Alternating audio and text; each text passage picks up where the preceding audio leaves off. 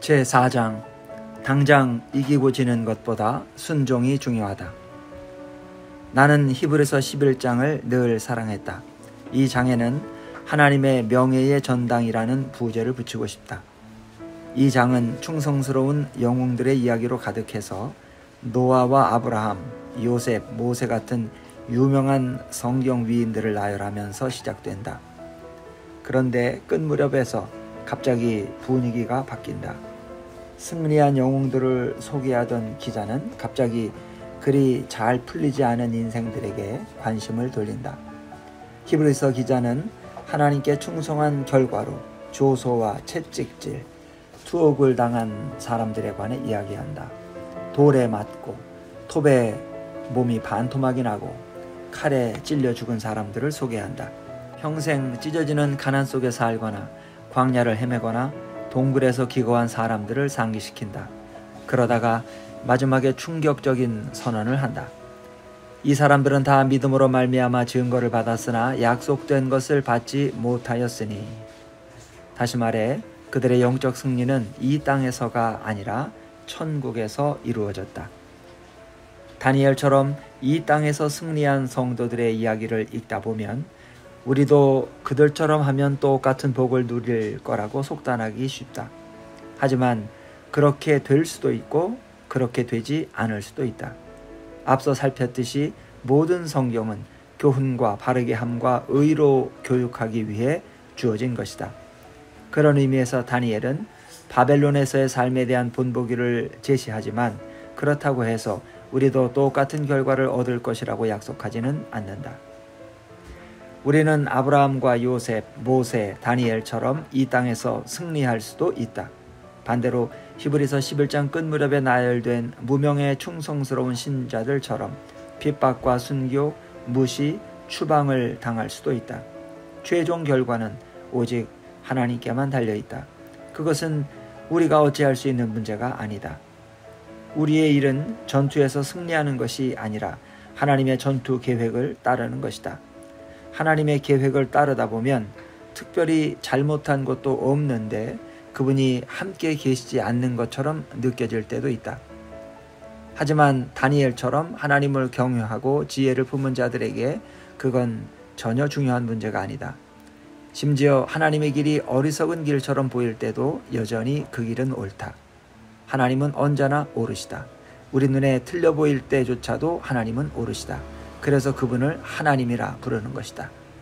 잠언 기자는 이 진리를 누구보다도 잘 알았다. 너는 마음을 다하여 여호와를 신뢰하고 네 명철을 의지하지 말라. 너는 범사에 그를 인정하라. 그리하면 네 길을 지도하시리라. 스스로 지혜롭게 여기지 말지어다. 이기고 지는 것은 중요한 문제가 아니다. 핵심은 순종이다. 결과와 상관없이 옳은 일을 하는 사람이 충성스러운 종이다. 현대교회가 영향력을 잃었다며 개탄하는 설교자들을 심심치 않게 볼 수 있다. 어떤 설교자들은 우리가 하나님 앞에 올바로 서면 부흥의 불길이 일어날 것이라고 말한다. 나도 그렇게 되기를 원하지만 사실 반드시 그렇게 되는 것만은 아니다. 우리가 말하는 문화적 영향력은 교회가 소명대로 살고 있느냐 보다 누가 정치 권력의 중심에 있느냐와 더 관련이 있다. 그에 반해 우리가 부흥이라고 부르는 특별한 임재는 우리의 노력보다 하나님의 주권적인 은혜와 더 관련이 있다. 하나님은 굽은 막대기로 직선을 그리신다. 늘 그렇게 하셨다. 막대기 덕이라고 공을 돌리는 것은 어리석은 짓이다. 우리는 신약의 교회를 영적 성숙과 능력의 모델로 여긴다. 하지만 초대교회의 영향력이 세상 문화를 좌우하기까지는 몇백 년의 시간이 필요했다. 처음 3세기 동안 교회는 그저 핍박받는 소수 집단이었다. 이 사실을 망각해서는 안 된다. 우리는 몇십 년만 바라보며 생각하는 경향이 있다. 하지만 역사는 수십 년이 아니라 수백 년 단위로 움직인다. 우리가 실패로 여기는 것이 하나님이 성공으로 여기시는 일의 기초가 될 수도 있다. 반대로 우리가 성공으로 여기는 것이 나중에 돌아보면 전혀 성공이 아닐 수도 있다. 초대교회가 로마 황제의 기독교 개종으로 모진 박해 끝에 최후의 승자가 된 상황을 생각해보라. 겉으로는 모든 것이 좋게만 보였다. 교회의 영향력이 마침내 티핑 포인트에 이르렀다. 콘스탄티노스가 그리스도인들에 대한 박해를 멈추고 기독교를 사실상 국교로 삼았다. 당시만 해도 그것은 위대한 승리처럼 보였다. 하지만 지금 와서 돌아보면 정치적, 문화적 권력을 손에 넣은 것이 오히려 큰 비극이었다. 도리어 이후 교회의 진정한 힘은 약해졌다. 교회가 권력의 중심부로 들어갈수록 더 많은 사람이 찾아왔지만 그들은 대부분 예수님이 아니라 정치 권력을 좇는 자들이었다. 다시 말해 교회는 강력해질수록 하나님께 덜 충성스러워졌다. 이 원칙은 미국 교회의 역사를 통해서도 증명되었다. 역사 속에서 미국 교회의 영향력과 충성도는 반드시 비례하지 않았다. 예컨대 1950, 60년대에는 생각만큼 좋기만 한 옛날이 아니었다. 물론 당시의 법과 문화, 규범, 미디어는 오늘날에 비해 성경적 가치들을 꽤 채택하고 있었다. 하지만 로마 시대와 마찬가지로 강한 교회가 꼭 충성스러운 교회는 아니다. 교회가 강하면 그릇된 의도를 품은 사람들이 꼬이기 마련이다. 당시가 정말로 영적 전성기였다면 섹스와 자유연애, 마약에 중독되었던 히피족들을 어떻게 설명할 것인가? 반면 예수님과 사도들은 문화적 영향력이 거의 없었다.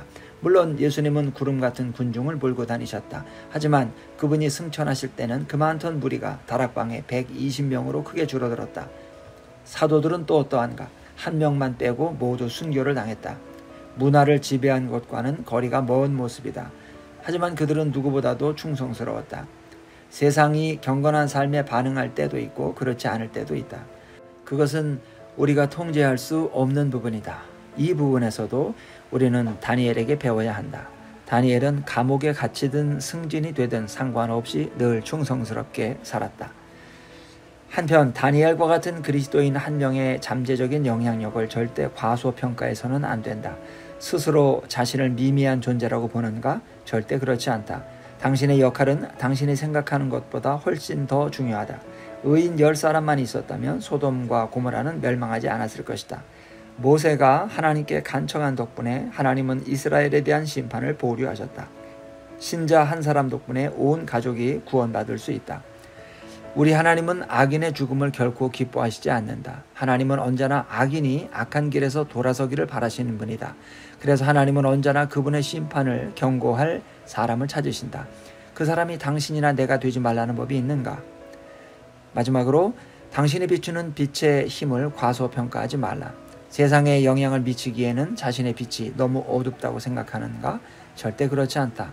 나는 몇 년 전 가족여행에서 이 교훈을 얻었다. 내 아내에게는 밀실공포증이 있다. 심한 정도는 아니지만 누구나 알 수 있을 정도다. 그래서 우리가 칼즈베드 동굴국립공원에 갔을 때 나와 아이들이 아래로 내려가서 동굴을 탐험하는 동안 아내는 기념품 가게와 안내센터에서 기다릴 거라 생각했다. 그런데 동굴로 내려가는 거대한 엘리베이터가 도착하자 뜻밖에도 아내가 같이 가겠다고 말했다. 아래에서 엘리베이터 문이 열리자 광활한 동굴이 위용을 드러냈다. 그 순간 아내의 두려움은 눈 녹듯이 녹아내렸다. 심지어 아내는 우리와 함께 동굴 속을 탐험하겠다고 말했다. 표를 사기 위해 줄을 서서 기다리는데 여행을 마치고 돌아온 관광객 중 한 명이 우리 옆을 지나가며 말했다. 불이 꺼졌을 때가 가장 좋았어. 저 말을 아내가 들었을까? 이제 어떻게 해야 하지? 저 말을 아내에게 말해줘야 될까? 그냥 무시하고 추억을 만든 다음 나중에 용서를 구할까? 말할까 말까 고민하고 있는데 내 고민이 알아서 해결되었다. 아내는 그 관광객의 말을 들었다. 그리고 나에게 이렇게 물었다. 방금 저 사람이 불이 꺼졌다고 했죠? 맞아. 하지만 그래봐야 몇 초야. 정말이죠? 그럼 내 말을 믿어. 내가 이래봬도 명색이 목사잖아. 그래서 아내는 내 말을 믿고 동굴 탐험을 시작했다. 멋진 경험이었다. 거의 마지막 순간까지는 그랬다. 탐험이 거의 끝날 무렵 가이드는 우리에게 모두 자리에 앉으라고 말했다. 그러고 나서 동굴 탐험가나 헤쳐나갈 수 있는 암흑에 관해 설명하기 시작했다. 빛의 흔적조차 없는 어둠, 아무것도 볼 수 없는 칠흑 같은 어둠, 누군가가 눈앞에서 손을 흔들어도 전혀 눈치챌 수 없는 어둠. 설명이 끝나자 가이드는 그 암흑을 체험하게 해주겠다며 통로를 밝히던 전구의 전기 코드를 뽑았다. 약 5초 뒤 나는 암흑 체험이 몇 초로 끝나지 않을 것을 직감했다. 안절부절 못하여 아내에게 어떻게 사과할지 고민하고 있는데 갑자기 팔에 극심한 통증이 느껴졌다. 나는 박쥐에게 물린 것이라고 생각했다. 그런데 그 박쥐가 말을 했다. 다시는 당신 말을 믿지 않을 거예요. 아내가 내 팔을 또다시 꼬집는 순간 머릿속에서 형광등이 반짝했다. 우리 첫째 아이가 새로 산 시계를 차고 있다는 사실이 떠오른 것이다. 사실 그 시계는 구식 모델이라 불빛이 희미했다. 밤에 시간을 보려고 버튼을 눌러도 전등이 없으면 무용지물일 정도였다. 하지만 그 순간만큼은 아들의 시계가 내 유일한 희망이었다. 나는 아들에게 시계 버튼을 누르라고 했다. 아들이 버튼을 누르자 그 즉시 바닥과 우리의 발을 볼 수 있었다. 마침내 박쥐가 내게서 떨어졌고 우리 가정도 위기를 면했다. 그리고 나는 중요한 교훈을 얻었다. 2가지 교훈이었다. 첫 번째 교훈은 다시는 아내를 속여서 밀실 비슷한 곳에도 데려가서는 안 된다는 것이었다. 2번째 교훈은 어둠이 심할수록 작은 빛이 더 큰 위력을 발휘한다는 것이었다. 밤하늘의 별빛 아래서는 버튼을 눌러도 시간을 확인할 수 없는 우리 아들의 허접한 시계가 동굴의 절대적인 어둠 속에서는 환한 빛을 발했다. 우리도 마찬가지다. 어둠이 깊을수록 우리의 작은 빛은 더욱 강하게 빛난다. 당신은 하찮은 사람이라는 거짓말에 속지 말라. 당신은 중요한 존재다. 당신이 일터나 지역사회, 가족, 국가의 악에 맞서봐야 전혀 소용없다는 거짓말에 속지 말라. 당신은 얼마든지 세상을 변화시킬 수 있다. 올바른 버튼을 누르기만 하면 된다. 그 버튼은 바로 소망과 겸손, 지혜라는 이름의 버튼이다. 수천 년 전에 다니엘은 그 버튼을 눌렀다. 지금 하나님은 우리에게도 그 버튼을 누르라고 말씀하신다. 그것이 다니엘이 바벨론에서 번영할 수 있었던 비결이다. 또한 그것이 우리가 이 현대의 바벨론에서 단순한 생존을 넘어 시냇가에 심은 나무처럼 푸른 잎사귀를 내고 무성하게 삶을 꽃피울 수 있는 비결이다.